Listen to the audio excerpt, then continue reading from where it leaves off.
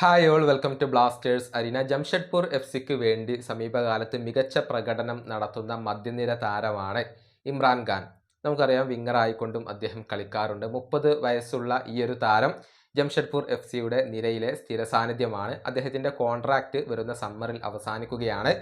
താരത്തെ സ്വന്തമാക്കാൻ വേണ്ടി ഇപ്പോൾ 3 ക്ലബ്ബുകൾ രംഗത്ത് വന്നിട്ടുണ്ട്. ഇത് കൺഫേം ചെയ്ത ഒരു വാർത്തയാണ്. അതായത് IFTWC ഇക്കാര്യം കൺഫേം ചെയ്തിട്ടുണ്ട് എന്നുള്ളതാണ്.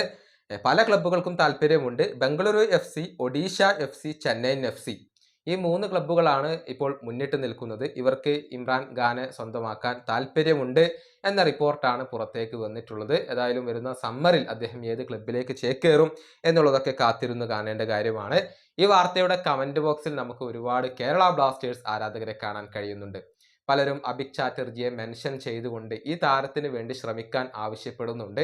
ഇമ്രാൻ ഖാനെ സൈൻ ചെയ്യണമെന്ന് ചില കേരള ബ്ലാസ്റ്റേഴ്സിന്റെ ആരാധകരെങ്കിലും ഇപ്പോൾ ആവശ്യപ്പെടുന്നത് നമുക്ക് കാണാൻ കഴിയും എന്നുള്ളതാണ്. പക്ഷെ നിലവിൽ ബ്ലാസ്റ്റേഴ്സിന് താല്പര്യമില്ല.